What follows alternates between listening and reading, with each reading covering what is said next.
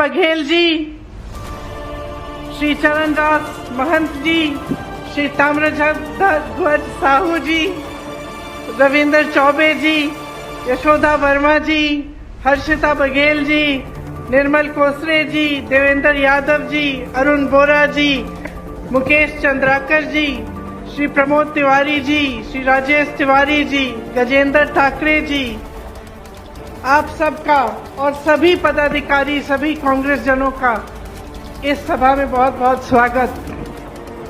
आज बुखार तो है, लेकिन आप सबको देख के खुशी ही होती है, क्योंकि आप खुश लगते हो। 2 दिन पहले मध्य प्रदेश गई थी, वहां की जनता खुश नहीं लगती। जब भी मैं छत्तीसगढ़ आती हूँ और संबोधित करती हूँ जनता को, तो आप मुस्कुराते हुए दिखते हैं। इसका मतलब है कि यहाँ हालचाल ठीक है कि नहीं? अच्छे हैं, खास तौर से मेरी बहनें। देखिए, खेरागढ़ नागवंशी राजाओं की धरती है। राजा वीरेंद्र बहादुर सिंह जी और रानी पद्मावती देवी जी की कर्मभूमि है। आपको शायद मालूम होगा कि पद्मावती जी और इंदिरा जी का बहुत करीबी रिश्ता था।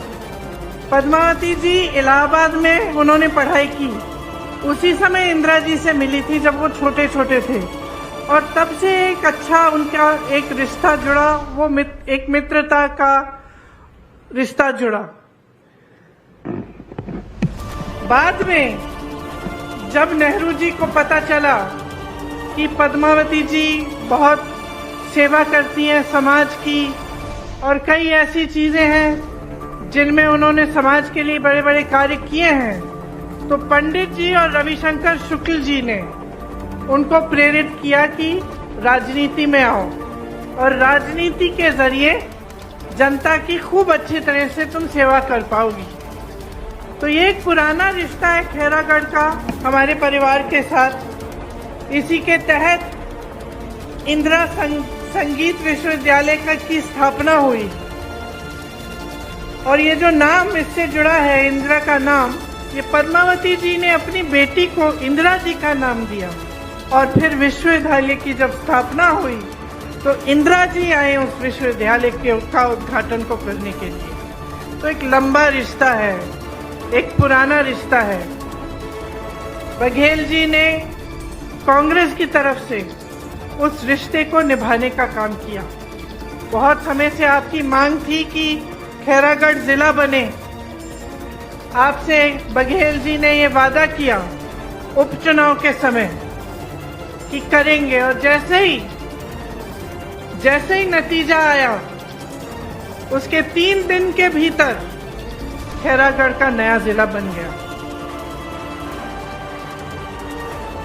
अब जिससे पहले कि मैं लंबा भाषण शुरू करूं, मैं बघेल जी का भाषण खत्म करती हूं।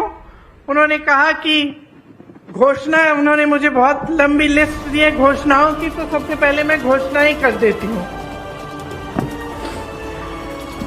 छत्तीसगढ़ की माताओं बहनों के लिए महतारी न्याय योजना लागू करेंगे, जिसमें प्रति सिलेंडर के रिफिल करने पर 500 रुपए की सब्सिडी आपको दी जाएगी। कांग्रेस सरकार बनते ही प्रदेश के 49,63,000 उपभोक्ताओं में से 42 लाख उपभोक्ताओं जिनकी मासिक खपत 200 यूनिट बिजली से कम है, उनका बिजली बिल पूरी तरह से माफ होगा। बाकी 7,63,000 उपभोक्ताओं को 200 यूनिट तक बिजली मुफ्त मिलेगी।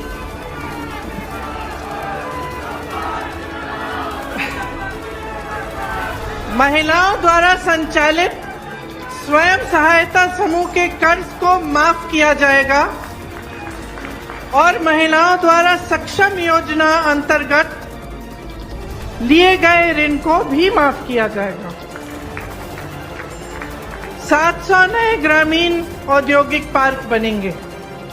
अभी 300 पार्क हैं, आगे 1000 ग्रामीण औद्योगिक पार्क हो जाएंगे।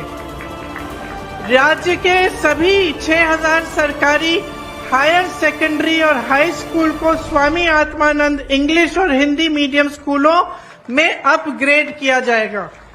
बहुत बढ़िया घोषणा है ये। सड़क दुर्घटना और अन्य आकस्मिक दुर्घटनाओं के लिए में छत्तीसगढ़ निवासियों को निःशुल्क स्वास्थ्य की सुविधा मिलेगी। परिवहन व्यवसाय से जुड़े 6000 से अधिक वाहन मालिकों के 2018 तक से 726 करोड़ राशि के बकाया मोटरयान टैक्स ब्याज के कर्ज की माफी की जाएगी। सरकार बनते ही किसानों से तीवरा को भी एमएसपी में खरीदा जाएगा। तो देखिए, ये बहुत जरूरी है कि आप छत्तीसगढ़ की जनता हो, आप समझो कि आज छत्तीसगढ़ कहां खड़ा है। सामने दो राहें हैं,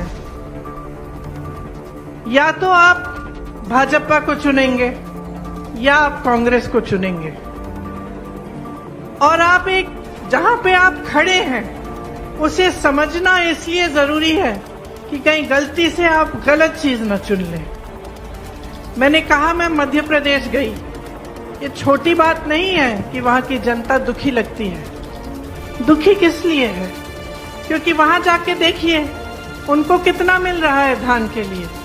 जब मैंने मंच से कहा मध्य प्रदेश में कि जानते हैं कि छत्तीसगढ़ में जो आपसे लगा हुआ प्रदेश है, छत्तीसगढ़ में 2400, अब तो ज्यादा बढ़ गया है, 2600 कुछ हो गया है, 2400 से 2600 का आपको धान के लिए आपको दाम मिल रहा है, तो चौंक गई जनता। मैं देख रही थी लोगों के चेहरे चुप हो गए। बिजली बिल माफ करने की बात जो यहाँ पे मैं कर रही हूँ, ये बातें, कितना विकास हुआ है। आज छत्तीसगढ़ देश और दुनिया में पहचाना जाता है। यहाँ आने से पहले आपकी बनाई हुई वो रागी का जो आटा है उसकी रोटी मैं खा के आई हूँ, रोज खाती हूँ। कहाँ आपने सोचा था कि जो वन के उपज हैं, 67 वन के उपजों के लिए आपको एमएसपी मिलेगी? क्या आपने सोचा था कि आपकी संस्कृति पूरे देश भर में फैलेगी, कि आपकी पहचान एक अलग पहचान बन जाएगी? क्या आपने सोचा था कि एक ऐसी सरकार आएगी जो आपको केंद्र सरकार की नीतियों से बचा कर रखेगी? कोविड आया, कोरोना आया, तमाम बेरोजगारी फैली, मुश्किलें आई, लेकिन आपको फिर भी बघेल जी की सरकार ने बचा के रखा। देश भर में जितनी बेरोजगारी आज है 45 सालों में नहीं हुई है, इतनी बढ़ गई है बेरोजगारी। छत्तीसगढ़ वो प्रदेश है जिसमें पूरे देश भर से सबसे कम बेरोजगारी है। आज पलायन बहुत होता था, नौकरियां नहीं मिलती थी प्रदेश में, लोग जाते थे शहरों में, बड़े बड़े शहरों में, अन्य प्रदेशों में रोजगार ढूंढने के लिए। आज आपकी परिस्थिति ये है कि आज के खेती किसानी छत्तीसगढ़ में बढ़ रही है।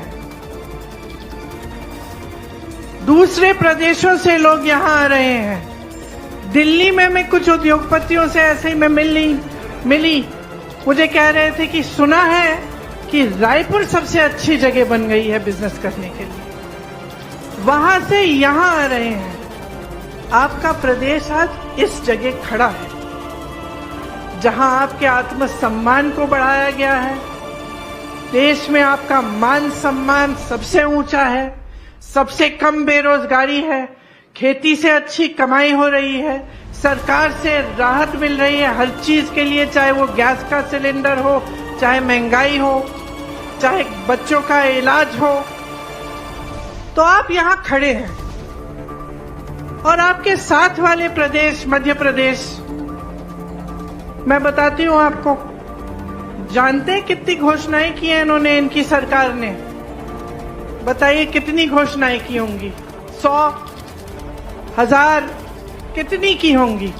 22,000 घोषणाएं की होंगी। 22,000 घोषणाएं की हैं और मैं दावे के साथ कह सकती हूं आधी भी पूरी नहीं होंगी। और यहां आपकी सरकार, उपचुनाव में घोषणा हुई कि आपका जिला बनेगा, नतीजे निकलने के 2 दिन बाद, 3 दिन बाद बन गया। जहां 22,000 घोषणाएं इन्होंने की, 220 घोटाले किए हैं। 250, शायद 250 महीनों की या हफ्तों की सरकार है, 220 इन्होंने घोटाले कर डाले, हर चीज में घोटाले। यहाँ पे आपको जो सरकार मिल रही है वो दिन रात आपके लिए काम कर रही है, और ये मैंने अपने आंखों से देखा है। बघेल जी के साथ मैंने काम किया, उत्तर प्रदेश में प्रभारी थे कांग्रेस पार्टी के, उसके बाद हिमाचल प्रदेश में हमने काम किया, और मैंने देखा कि किस तरह से दिन रात आपके लिए काम हो रहा है। चाहे वो हिमाचल में हो, उत्तर प्रदेश में हो, चिंता आपकी है कि मैं क्या करूंगा, किस तरह से मैं महिलाओं को आगे बढ़ाऊंगा। गर्व से कहते हैं कि दीदी हमारे यहाँ महिलाएं सबसे ज्यादा सक्षम हैं। आप क्या सोच सकते थे कि जहां पूरा उत्तर भारत जूझ रहा है आवारा पशुओं की समस्या से, आपकी जैसे बहनें सुबह से लेकर शाम तक धूप में पहरेदारी करती हैं अपनी खेतों की, कि आवारा पशु आएगा खेत खा जाएगा, रात को भी नहीं छोड़ते, किसान रात भर बैठे रहते हैं। और ये आज का सिलसिला नहीं है, ये 5-6 सालों से चल रहा है।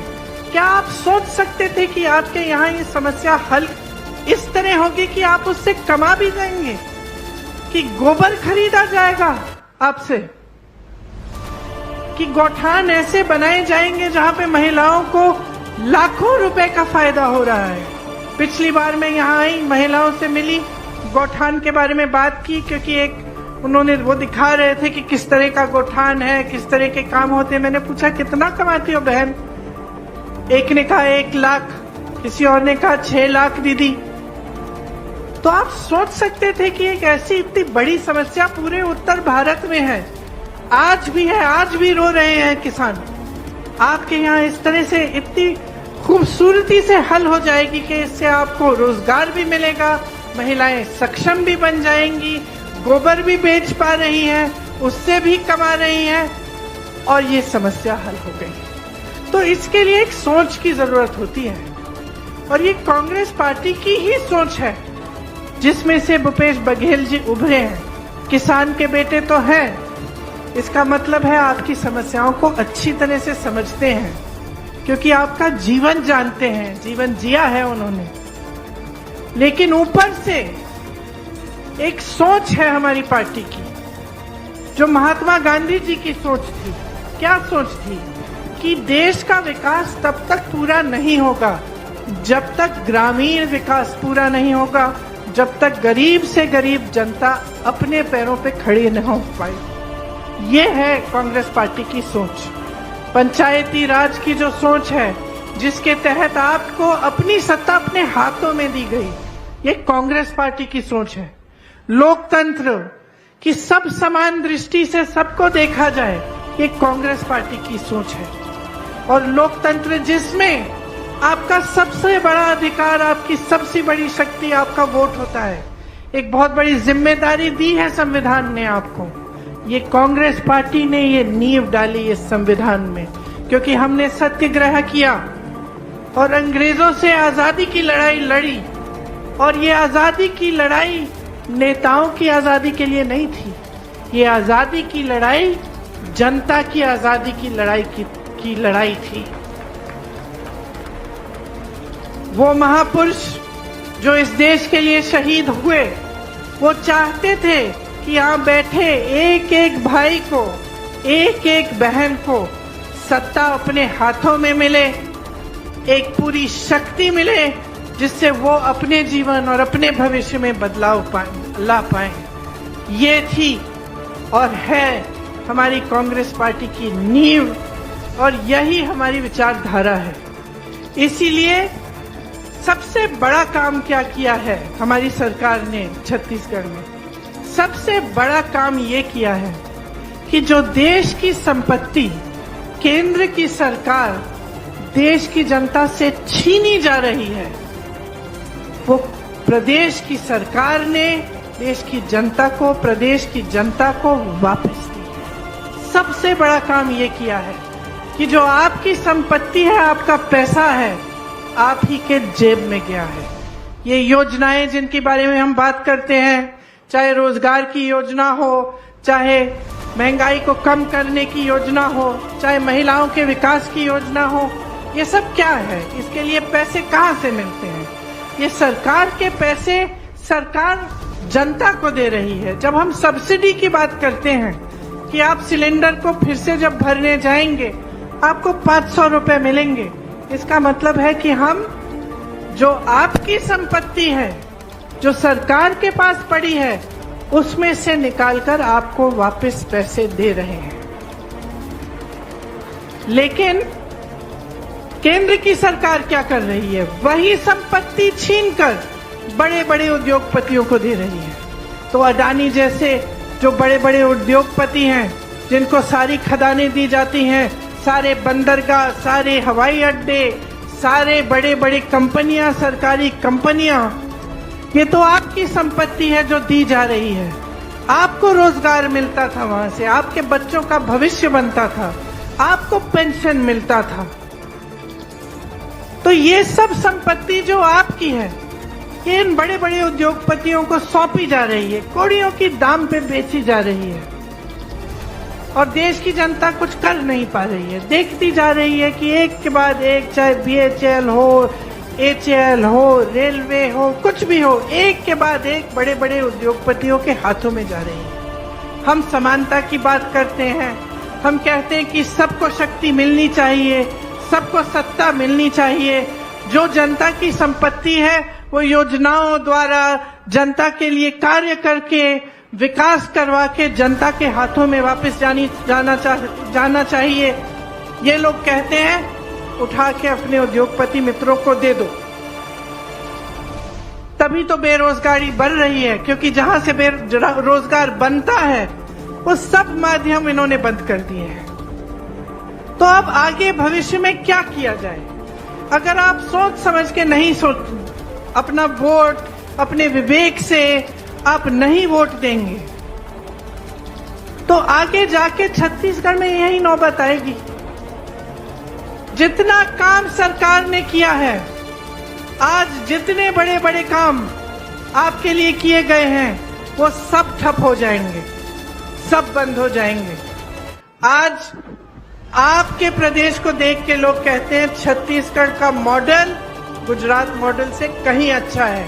वो तो दिखावे का मॉडल था, उसमें सब सुनहरा दिखता था, लेकिन हमने देख लिया है कि क्या हुआ।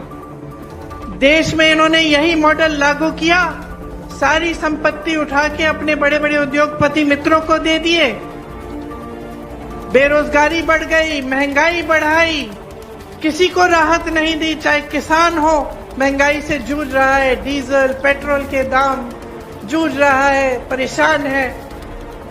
चाहे युवा हो, रोजगार नहीं मिल रहे हैं। आपके यहाँ जैसे मैंने कहा, धान जो खरीदा जा रहा है सबसे ज्यादा 2640 रुपए का जो है, सबसे ज्यादा छत्तीसगढ़ में है। आज लाखों किसानों को 23,000 करोड़ रुपए तक इनपुट सब्सिडी दी गई है। लाखों किसानों को का कर्ज माफ किया गया है, 10,000 करोड़ रुपए तक कर्ज माफ किया गया है। बिजली बिल आधा किया, 5 लाख कृषि मजदूरों को 7,000 रुपए प्रति वर्ष दिया गया। वन उपज के जरिए आपको आपकी आय बढ़ाई गई। मिलेट प्रोडक्शन के बड़े बड़े प्लांट लगाए गए। बस्तर जो हिंसा के लिए जाना जाता था, आज अपने मिलेट के लिए जाना जा रहा है, अपनी संस्कृति के लिए जाना जा रहा है। इतने सारे बड़े बड़े काम किए। क्या आप चाहते हैं कि ये सब काम रुक जाएं? क्या आप चाहते हैं कि एक ऐसी सरकार आए जो 22,000 घोषणाएं करे लेकिन एक काम न कर पाए? क्या आप ये चाहते हैं? क्या आप चाहते हैं कि जो छत्तीसगढ़ का किसान है वो इसी तरह परेशान किया जाए जिस तरह पूरे देश भर में भाजपा की सरकारें किसानों को परेशान कर रही हैं? क्या आप चाहते हैं कि आप मेहनत से अपने बच्चों को पढ़ाएं लिखाएं लेकिन उन्हें रोजगार ही न मिले, कोई संभावना ही ना हो कि अपना भविष्य बना पाएं जैसे तमाम भाजपा के प्रदेशों में है? या आप चाहते हैं कि इस तरह की सरकार आपके यहाँ चले जो आपके लिए दिन रात काम करे? आपको समझना पड़ेगा कि आप कहाँ पे हैं और आगे आपको कहाँ चल के जाना है।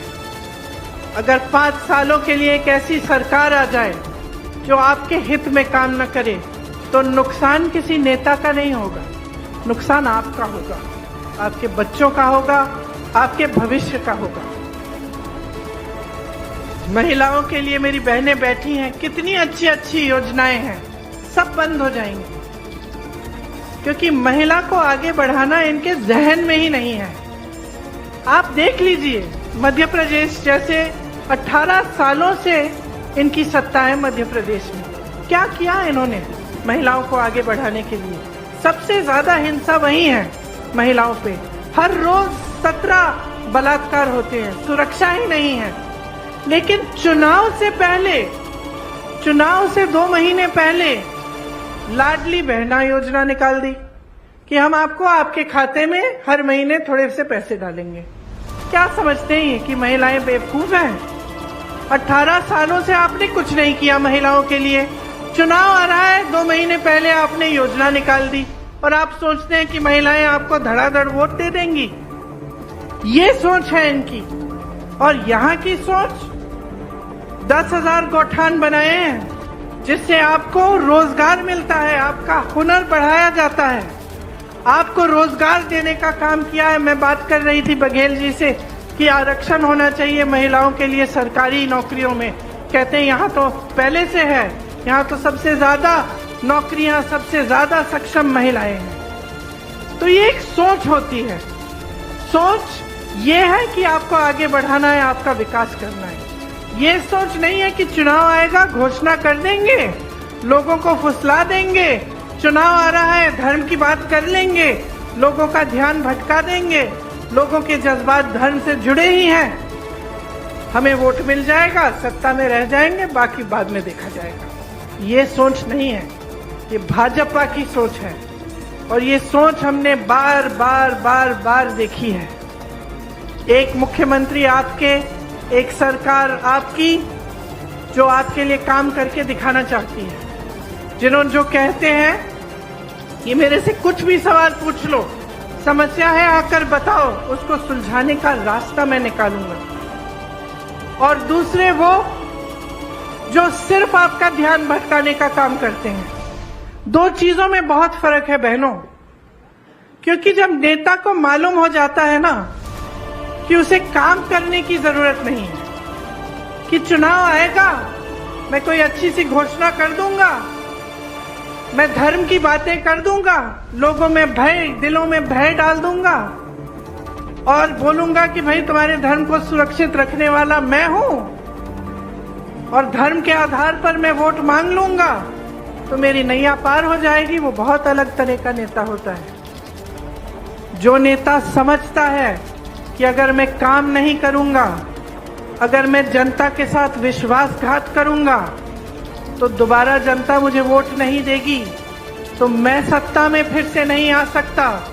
एक नेता वैसा हो जो मन में जनता के लिए श्रद्धा रखता है, जो जनता का आदर करता है, जो दिल से चाहता है कि जनता की समस्याओं का हल किया जाए, वो बहुत अलग तरह का नेता होता है। ये 2 अलग अलग राजनीति हैं बहनों और भाइयों, और आप जहां खड़े हैं आपके सामने यही 2 रास्ते हैं। एक राजनीति जो आपका ध्यान भटकाएगी, जो आपको आगे बढ़ाने की बातें करेगी, लेकिन जब Congress party OBC, SC, ST के लिए जातिगत जनगणना की बात करेगी तब चुप हो जाएंगे। हम क्या कह रहे हैं? हम कह रहे हैं कि गिनती कर लो, देश में गिनती कर लो, कितने ओबीसी हैं, कितने एससी हैं, कितने एसटी हैं, कौन कौन क्या क्या है, ताकि जब योजनाएं बने, जब रोजगार बांटे गए, जब ये सब काम हो तो अच्छी तरह से न्यायपूर्वक हो। अगर गिनती ही नहीं होगी, अगर हमें मालूम ही नहीं कि हमारे गांव में कितने बच्चे हैं, कितने शिक्षित हैं, कितने नहीं हैं, कितने कुछ भी ये गिनती नहीं होगी, तो हम उस गांव का विकास कैसे करेंगे? तो हम ये सवाल उठा रहे हैं कि जातिगत जनगणना करो। बिहार में जब गिनती हुई तो पता चला 84% ओबीसी एससी एसटी हैं।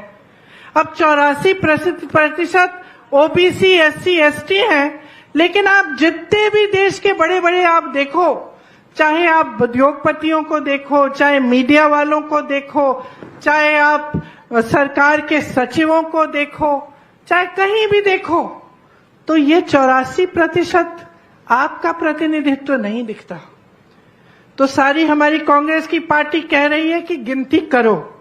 भाजपा जो सालों से कहती चली आ रही है कि हम ओबीसी वर्ग, एससी वर्ग, एसटी का उत्थान करना चाहते हैं, मना कर रहे हैं, कह रहे हैं कि नहीं करनी, गिनती ही नहीं करनी। अरे गिनती नहीं करोगे तो विकास कैसे करोगे?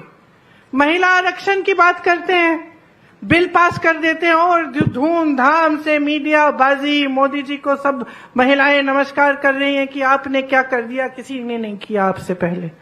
बाद में पता चलता है कि ये पास तो हो गई, 10 सालों के लिए लागू नहीं होगी। तो 10 सालों के लिए महिलाओं को अधिकार ही नहीं मिलेगा। तो मीडियाबाजी हो जाती है, प्रचार हो जाता है, पब्लिसिटी हो जाती है, जमीन पर काम नहीं उतरता। बहनों और भाइयों, ये इनकी राजनीति है और एक हमारी राजनीति है जो आप में फूट फैलाना नहीं चाहती। हम आपको अलग नहीं करना चाहते, हम चाहते हैं कि आप सब एक हो और एक होकर आपका विकास हो। हम चाहते हैं कि महिलाएं, ओबीसी, एससी, एसटी, सारे वर्ग, सबका विकास हो। गरीब से गरीब के घर में रोजगार हो, थोड़ा सा पैसा हो कि कम से कम आगे भविष्य में कुछ उम्मीद रहे। हम चाहते हैं कि आप आगे बढ़ें और आपको इस तरह की परेशानियां न हो जो आप पे थोपी जाती हैं, और ऐसी नीतियां न हो जो आपकी सारी संपत्ति जो आपका है, आपके देश को, आपकी सत्ता को आपके हाथों से छीन ले और बड़े बड़े उद्योगपतियों को दे। यहां ओपीएस लागू है, जो सरकारी अधिकारी हैं वो सब जानते हैं, वहां मेरे पुलिस कर्मी भाई खड़े हैं, वो सब जानते हैं कि एक ही मांग है, एक ही मांग है आज इनकी कि हमें पुराना पेंशन दे दो। क्योंकि हम 20 साल काम करते हैं, दिन रात एक करते हैं, हम भी देश की सेवा कर रहे हैं, तो हमें बुढ़ापे में थोड़ी सी सुरक्षा चाहिए। इसीलिए तो हमने जब हम नौजवान थे हमने सरकारी नौकरी ली।